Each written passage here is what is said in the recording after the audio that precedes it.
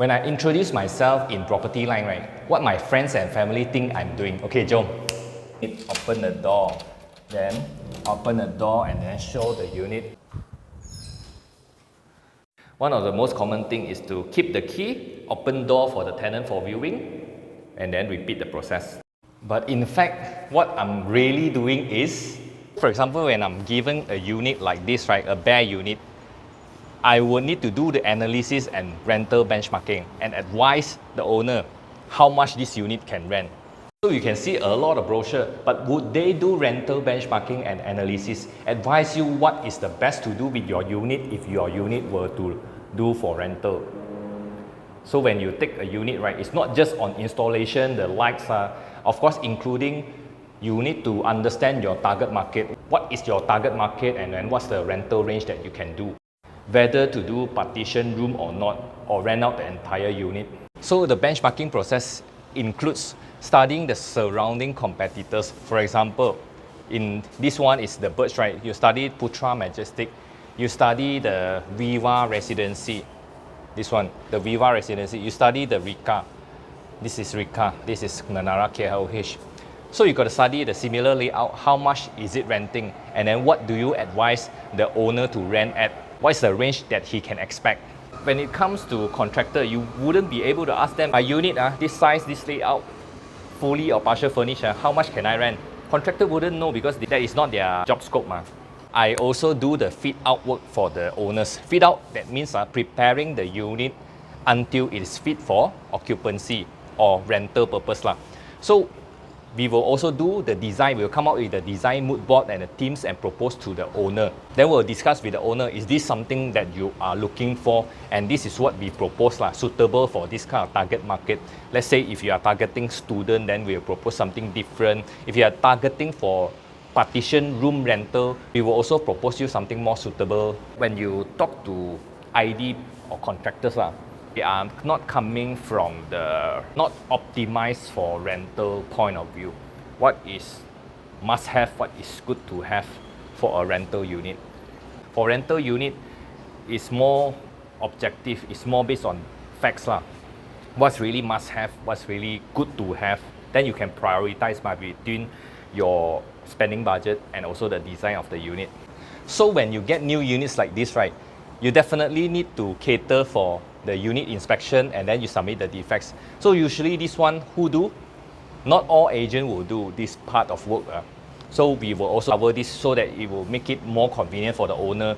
Don't need to come to the unit. We will do the inspection, submit the defects. So usually unit inspection defect or unit inspector, right, they submit one time.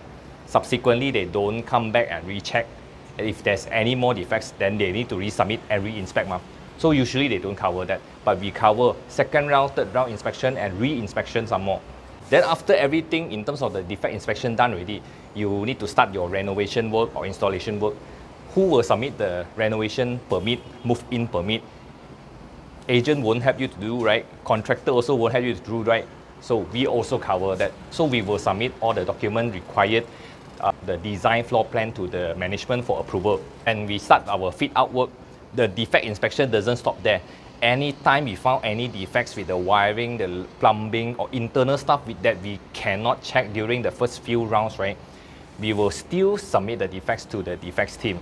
And then after they fix, we re-inspect again to ensure that that item has been fixed also.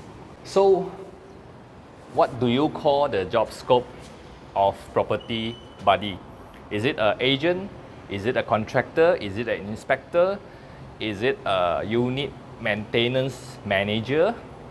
What I would call is a rental solutions service provider, because what we cover is not just merely on one part of the entire renting process.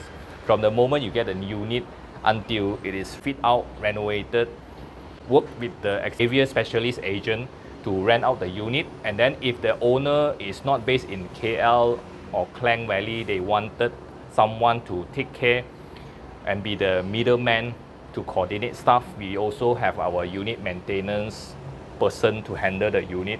Then when the tenancy is ending, there's a tenancy turnover, whether you want to extend a tenancy, you want to find a new tenant. Usually the property agent will cover the work from sourcing the tenant. So after source the tenant, they do the tenancy agreement, stamping, all done already, right?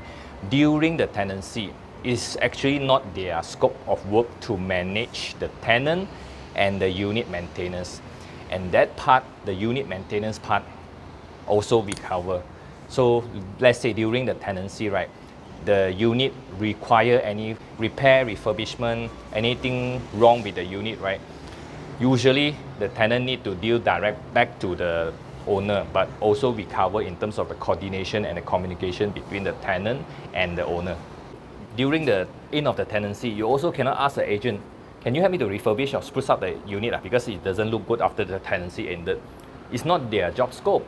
It's the entire renting process. So I would really want to say that we are not just merely a quick answer property agent.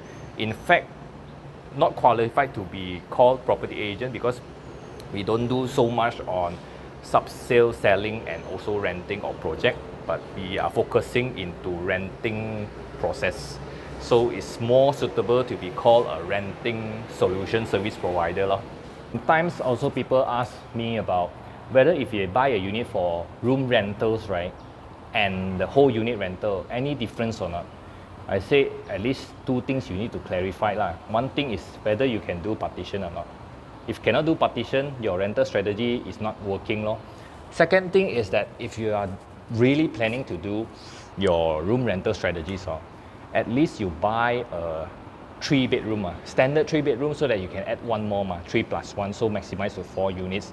And then the rental would be, in terms of ROI or calculation, would be more make sense. If you're just buying 1+1, the unit is already so small, you want to add another room, also not so feasible. So that's not so recommended. Or you buy a small 2-room, then you add, probably you can't add another room already. So generally, of course depending on layout, I wouldn't say all project you cannot do. Generally it's 3-room, at least to do the partition room, so they're 3+1. And of course, a bit more is subject to the unit size and layout. Then for unit rental then is more straightforward. You buy studio or 1 room or 1+1 or 2-room or 3-room, you just rent out the whole unit. So I'm not really sure whether you guys will find it boring or not in terms of doing this kind of content, but if you really, probably you like this kind of content, please give me a thumbs up. If you would like me to cover any other topics related to rental properties, rental tenancy, unit maintenance, refurbishment, rental benchmarking, rental recommendation, property tour, MRT, LRT, feel free to let me know, and I will see you guys in the next video. Okay, bye.